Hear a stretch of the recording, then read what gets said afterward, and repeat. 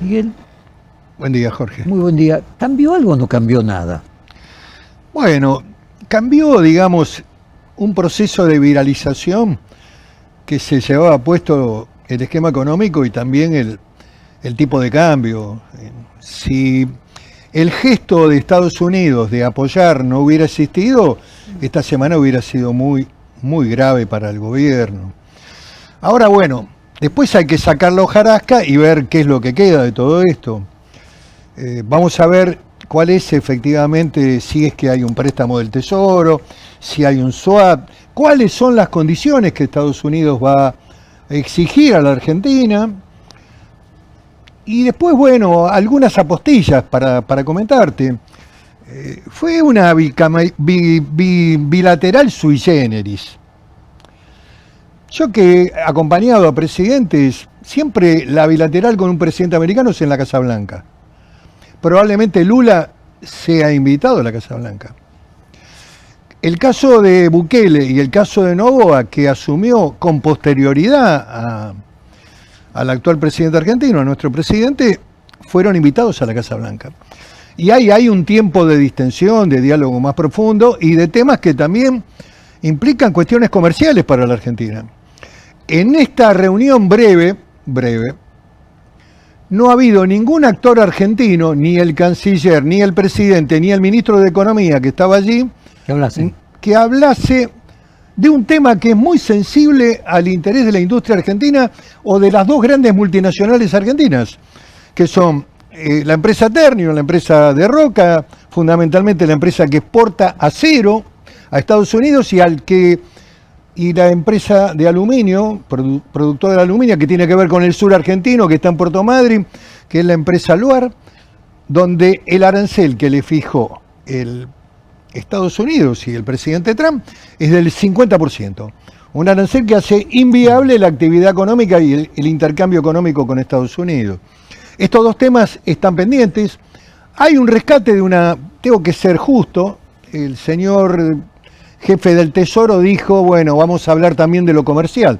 Yo espero que este tema se incorpore a la agenda de la discusión con Estados Unidos, porque es clave. Y lo que hay también, Jorge, un gran silencio de los sectores industriales de la Argentina. El señor Rapalini, bueno, descubrió que había una crisis en el sector textil, en el sector de la construcción, en el metal mecánico. Bueno, bienvenido al mundo. Ahora, no están hablando los grandes acá, ¿eh? ¿Estás un poco enojado con el Círculo Rojo como corresponsable de la existencia de un presidente? No, lo que digo es que no están defendiendo, lo que observo, que no defienden sus propios intereses. Claro, que no defienden sus propios intereses. Esto me parece un dato muy significativo. ¿Lo atribuís a miedo, a ignorancia? Tal vez el primer año era justificable, era un dato de confianza al presidente. Creo que todos los sectores democráticos de la Argentina también dieron una mano hacia la gobernabilidad. Pero bueno, ahora están impactados. La decisión de Estados Unidos sobre estos dos rubros que tienen que ver con mucho trabajo y que incluso hay suspensión de trabajadores ya en la zona siderúrgica. Bueno, me parece que requiere... Bueno, Roca habló en un evento. La costumbre ahora es hablar en hoteles medio cerrados ahí, donde salen pequeños conceptos. Ahora, decime una cosa, bueno, como yo te preguntaba si cambió algo o no cambió nada, aquella frase de que uno se va de la Argentina una semana y vuelve y parece que cambió todo, se va 30 años y vuelve y parece que no cambió nada. La pregunta es si realmente esta subida y bajada que tuvimos en los últimos 10 días, en el mediano plazo termina siendo algo insignificante, que no cambió nada, porque la pregunta es cuál va a ser el resultado de las elecciones, donde finalmente todos estos movimientos tienen que ver con el resultado de las elecciones, y qué va a pasar con cada una de estas hipótesis de crédito con los Estados Unidos si en las elecciones gana el gobierno o el gobierno pierde. Obviamente aquí tenemos una cuestión subjetiva de qué es ganar y perder. Te contaba en el corte previamente que Jaime Durán Barba, en esa misma silla que estás vos, el lunes dijo, sí, a mi juicio va a perder, y va a perder porque además que la ayuda de Estados Unidos no representa para la vida cotidiana de las personas ninguna ventaja concreta y por el contrario hasta puede predisponer por cierto arte y norteamericanismo. ¿Qué crees vos que va a pasar en las elecciones del 26 de octubre y qué cambiaría si el resultado del gobierno no es el resultado que espera Estados Unidos? Bueno, me parece que impactaría ahí en algunas decisiones del Tesoro. Yo creo que no tiene incidencia en lo electoral este tema. O sea, parece con, que con yo Durán comparto Barba, lo no. que dijo Jaime. Lo que veo es que la gente no puede llegar al día 20, que hay sufrimiento, que hay carencias, que ahora no informan el aumento del valor de la nafta, pero aumentó el 6% en poco tiempo. Eso tiene una incidencia también en la góndola en el supermercado. Sí, todo se transporta. Me parece que esto tiene que ver con una realidad económica social que los hizo perder en la provincia de Buenos Aires y que en la media nacional también les va a ir mal, me parece, es mi opinión, pero bueno, vamos a ver, lo que vale es el voto de la ciudadanía, pero me parece que no hay en estas acciones más que una visión dirigida a los sectores financieros, a tratar de mantener un tipo de cambio que es muy interesante el comentario que hizo Gita Gopinath, que ya no está más en el fondo, ahora está en Harvard como docente, y dijo, bueno, está bien, esto significa una ayuda para evitar la especulación del tipo de cambio, pero el tipo de cambio tiene que ser sostenible, libre. ¿Qué quiere decir? Tiene que flotar libremente, sin intervención, y tiene que ser, da a entender que tiene que ser competitivo, y lógicamente que el gobierno también requiere de cambios para producir, digamos, ciertos consensos para poder gobernar. Me parece que siempre estuvo ella en esa línea cuando era funcionaria y la volvió a repetir. Esto es incorporar también lo mismo que ha generado el problema. ¿Cuál es el centro de gravedad del problema económico, de este plan económico que funciona más como una mesa de dinero? Es el tipo de cambio bajo que tiene la Argentina, que tiene que ver, el correlato lo tiene que ver con la inflación. O sea, tenemos el tipo de cambio bajo para que no haya inflación. Bueno, a lo mejor hubiera sido un esquema más gradual, un cambio más competitivo, que alentara exportaciones y no importaciones, en fin, y compraran reservas. Me parece que los economistas que hablan en serio están hablando de esto. ¿Qué pasa después del 26? Bueno, indudablemente que el resultado electoral tiene una incidencia notable y lo que me parece que está agotado también es el plan económico, en términos... me parece que este lunes tuvieron el salvataje más simbólico que efectivo. Vamos a ver cómo se traduce en términos... Mencionabas el tema de las retenciones, que en realidad al campo le significó cero, porque fueron 7 compañías, algunas de ellas internacionales, que son las que le compraron, Molinos, varias, hay Bunge, argentinas también, que le compraron a los productores con retención, con el precio de las retenciones, claro. Lo vendieron ahora sin el precio de retenciones y les quedó a ellos una 1.500 millones de dólares. Perdió el Estado argentino, es el gran damnificado. Hay 1.500 millones de dólares estimativamente, números más, números menos, que el Estado... Bueno, 30% de 7.000 millones, así que es muy fácil la cuenta, 2.100. Sí, sí. 33% te da 2.500. Pero, a ver, lo que quiero decirte es que venimos de una dramatización parlamentaria con el Garrahan, con las universidades. No quieren cumplir con la ley de discapacidad, es un hecho grave. Cuando quiero ir a ese punto, y por eso te tocaba como introducción el tema de la reducción de las retenciones. O sea, se está en las antípodas de un conflicto de poderes en el cual el Ejecutivo no cumple las órdenes del Legislativo.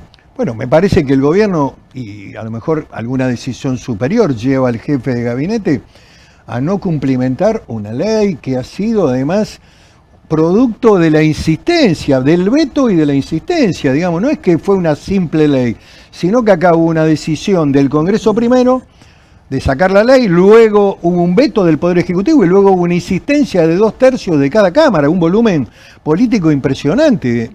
Y vienen con que no está asignada la partida, no hubo presupuesto, Jorge. Los últimos 2 años de Milei no tuvimos presupuesto y el último año de Fernández tampoco. Me temo que haya riesgo de que tampoco lo haya. Y bueno, que con todo esto me temo... Yo creo que, digamos, el componente de discrecionalidad y esta visión autócrata le conviene un mundo sin presupuesto. A ver, algunos colegas tuyos que hablaban, decían, ¿cómo puede ser que esa Cámara aumenta el gasto? No había presupuesto. ¿Dónde se discuten las necesidades de la salud argentina, del Garrahan, de las universidades? En la ley de presupuesto. Entonces vos decís, bueno, ajustamos acá, aumentamos acá. Es un criterio de trabajo armónico entre el Poder Ejecutivo y el Congreso, y se resuelven los temas en la base de discusión y en una mesa de diálogo.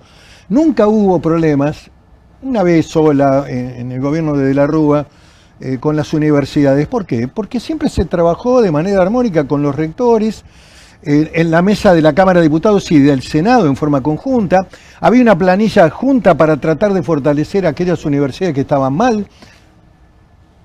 Yo creo... Pero, a ver, con una volatilidad en que el dólar pasa de 1.550 a 1.350. Cuando vos presentaste el presupuesto, el dólar que vos presentaste en el 1.421 era para diciembre del año que viene. Diciembre del año que viene era... El de diciembre del año que viene menor que el que en el momento estaba presentado el presupuesto. Absurdo. Y al mismo tiempo tenés, además de esa volatilidad, una negociación pendiente con el Tesoro norteamericano que sería después de las elecciones. Mi pregunta es, bueno, ¿cuál es la base del presupuesto desde el punto de vista macroeconómico? Indudablemente que están alterados los datos centrales, crecimiento, inflación y el tipo de cambio. Esos tres datos que son los enunciados en la base presupuestaria que fue al Congreso, me parece que ya hoy no se ajustan a la realidad. Volviendo al tema del enfrentamiento con el Congreso, nadie quiere lesionar la figura del jefe de gabinete. Ahora, ha habido una imprudencia, ha habido un gesto de confrontación, en donde indudablemente eso ha generado que en ambas cámaras se presenten proyectos de interpelación, que es la parte preliminar de una eventual moción de censura. Ahora, están a tiempo todavía, porque también me dicen, y hay alguna información, que están poniendo plata parcialmente en la estructura de discapacidad. Lo que no quieren es asumir que el Congreso les impuso una decisión política votada con una ley con insistencia de los 2/3. Esto no lo quieren asumir. Están planteando prácticamente la destrucción de lo que significa el Estado de Derecho.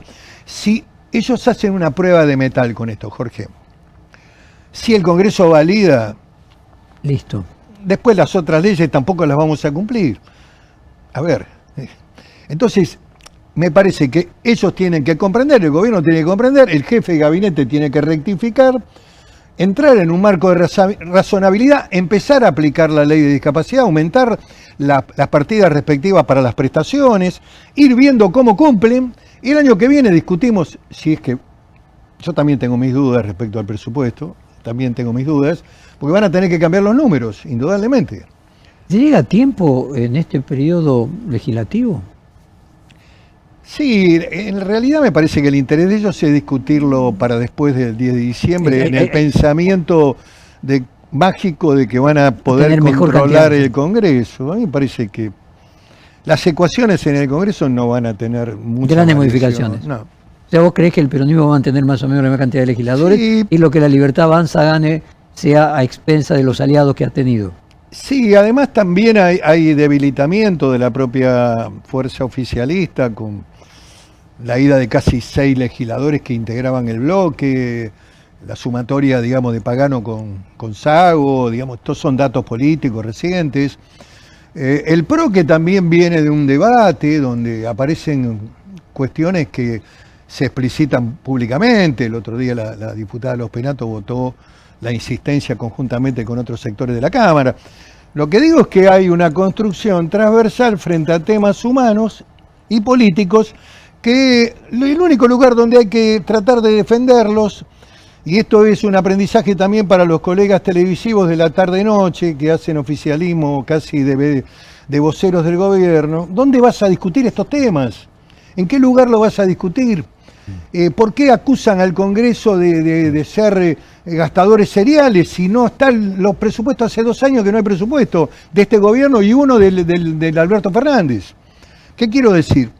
Que hay cosas que se dicen y que configuran, digamos, miradas totalmente negativas respecto al funcionamiento de las instituciones en Argentina. Ahora, pareciera que la sociedad argentina, y si se confirmara lo que comentábamos que pensaba Jaime Durán Barba, de que el gobierno va a perder las elecciones de octubre, y que vos también pensás, perdón,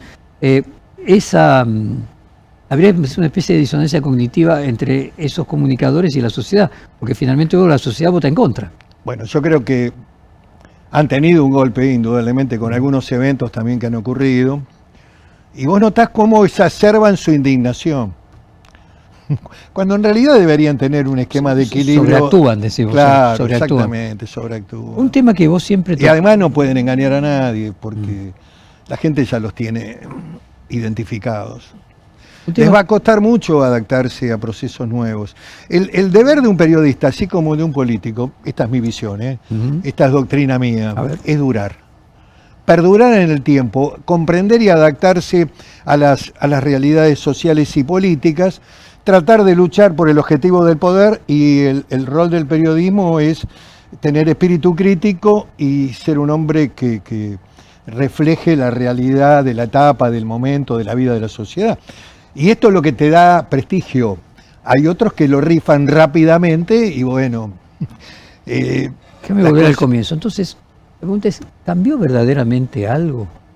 ¿O estamos frente a la misma situación que simplemente las elecciones del 26 de octubre nos van a volver a colocar otra vez en la realidad? Que la única encuesta que vale es la de las elecciones, votando, sí. Y que no parece haber motivos sustanciales para imaginar un resultado tan distinto del que se ha venido dando. El gobierno gana en el interior en las elecciones en las que en realidad gana un gobernador aliado, que no es de La Libertad Avanza, pero que gana un gobernador aliado. Aunque te digo que algunos van a tener dificultades también, en términos, digamos, de datos, con toda la relatividad de las encuestas, algunos datos de algunos gobiernos provinciales aliados al gobierno nacional han tenido impacto en términos de las expectativas. Lo que era seguro hace 3 meses atrás dejó de serlo. ¿Y eso modifica el PRO también? ¿Crees que después de diciembre Macri rompe? Yo siempre lo vi preocupado por la gobernabilidad de Mauricio Macri. Hace poco tiempo, hace 2 días estuve con él. Bueno, y él habló. Y él siempre mira eso, mira digamos, el mundo. Lo veo... Y lo vi siempre tratando de ayudarlo a Milei, hablando con él para encauzar un camino, para la construcción de una mayoría parlamentaria. Pero bueno, indudablemente que él siente, esta es opinión mía, no de él, me parece que hay un sentimiento como que no lo han considerado. Un expresidente es un sujeto y un valor, un activo que puede tener un gobierno y un presidente para hacer uso de la experiencia. Pues no solo eso, ¿no? Podríamos decir que es un caso inédito de que un expresidente va a la casa del presidente y no lo va a ver. No, ni siquiera le da la mano, ni siquiera le da la mano. Dice, bueno, lo dejo con mi hermana, gracias por venir, ni siquiera le da la mano. Entonces es un acto son de las desprecio. Características de personalidad que también tienen que ver con la relación con la sociedad, porque... Para el carácter de Macri me parece que no disculpa eso.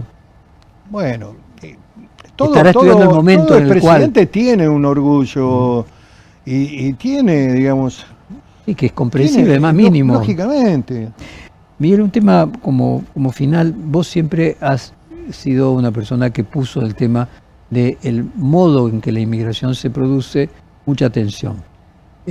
Hablábamos hace instantes con el ministro de Seguridad de la provincia de Buenos Aires, previamente con el anterior ministro de Seguridad de la provincia de Buenos Aires, Sergio Berni, sobre el fenómeno del narcotráfico.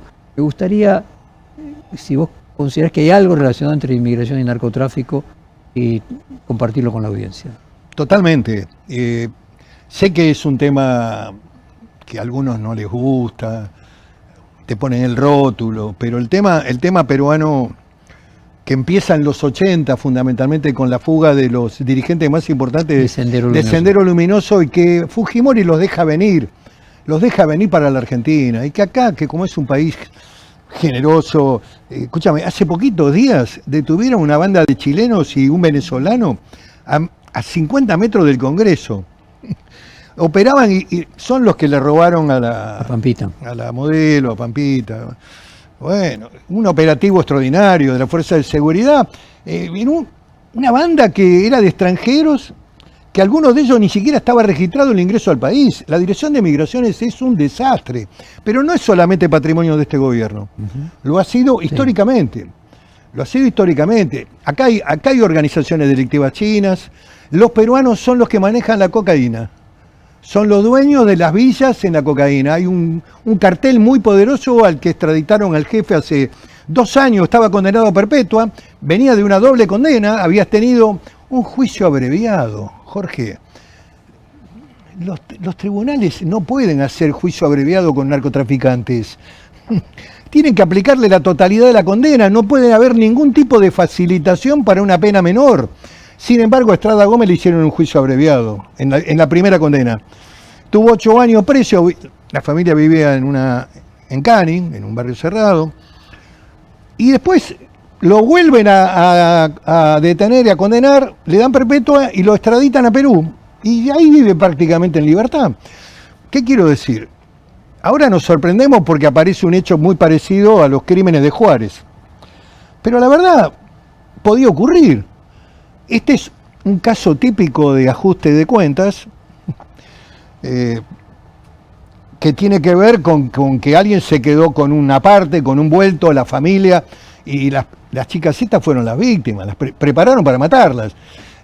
Hasta la filmaron. A ver, dicen que hay una filmación para 45 personas que seguramente son parte de la banda. Ayer vi la actividad que se realizó de la policía bonaerense en la villa 1114. Ya no vas a encontrar a nadie. Lo que digo es, vos tenés acá que hacer una tarea de inteligencia criminal, la división Procunar de lucha contra el narcotráfico, que trabajaba ahí un fiscal especial que se llamaba Iglesias, es un hombre que trabaja bien, pero vos tenés que poner toda la estructura del Estado Nacional, la logística, la inteligencia para terminar con las bandas que operan en las villas de la Argentina y especialmente en el corazón de Buenos Aires. Ellos manejan el tráfico de la cocaína y también ahora está entrando lo que entró en México, que es también el fentanilo. Digamos, la pastilla, que es una manera, digamos, de sustituir a la cocaína. Pero todo eso lo sabe todo el mundo. Como todo el mundo sabía, yo lo he hablado varias veces con los ministros de turno, de que había una banda de bomberos que te paraban en el edificio ahí de San Martín, y que te pedían plata para una asociación de bomberos, y también en la costanera, eran bomberos truchos. Resulta que 10 años estuvieron sacándote la plata, y los descubrieron ahora y los metieron preso. 10 años, a cara descubierta. ¿Qué quiero decir? Que a mí no me sorprende esto. Ahora, no ha habido una ofensiva del Estado destinado a destruir las bandas de narcotráfico en el marco de la ciudad de Buenos Aires, en el corazón de Buenos Aires, en el corazón de las villas. Están ahí. En la 1114, en la 31, son los que dominan. Al principio habían entrado los paraguayos con la marihuana. Hoy, yo no quiero hacer un esquema de nacionalidades, pero también llegó la hora de hablar claro. Bueno, está claro que la producción de determinadas sustancias tiene que ver con los orígenes, Paraguay tiene que ver también con la hidrovía, con la banda de CCC, con los brasileros. Hay riesgos, son los nuevos riesgos del Estado democrático que hoy están... O sea, en síntesis, lo que vos decís es que parte de la estructura de inteligencia para resolver el problema del narcotráfico está específicamente relacionado, en nuestro caso, dado no solo un país productor, en el tema de inmigración, el mejor control de la inmigración. Y además, vos no podés permitir que entren delincuentes. Y una vez que... Acá hay juezas que son buenas, son almas sensibles. Entonces, vos tenés una condena penal del Tribunal Oral Penal y confirmada por la casación, que dice, cúmplase la condena y expúlselo del país.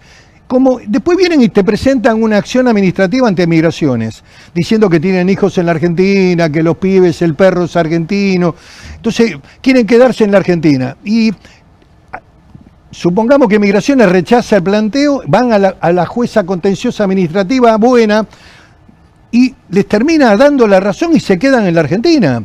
Ni siquiera los podés expulsar.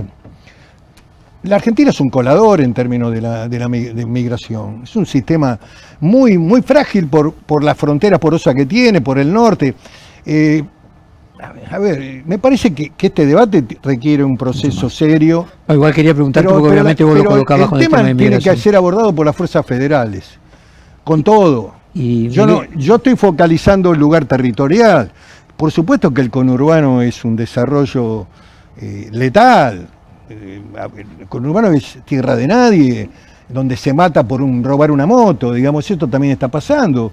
Estas pibas, pobrecitas, estaban haciendo la profesión más vieja del mundo porque tenían que vivir, está todo bien, pero a ver, Jorge, el problema de la existencia de los carteles en las villas es un tema conocido de hace más de 30 años. 30 años. Recordá aquella película importantísima en Brasil, creo que era Forza Algo, sobre el tema del cartel de Río de Janeiro en las famosas favelas. Sí, las favelas brasileñas. Te propongo lo siguiente, como corolario de preguntarnos si cambió algo, si es gatopardismo, si aquello de que uno viene a la Argentina un mes después, parece que cambió todo, viene 5 años después y parece que no cambió nada, juntarnos previamente a las elecciones y volver a hacer un balance político del resultado. Con mucho gusto. Gracias, Jorge, por invitarme. Faltaba más.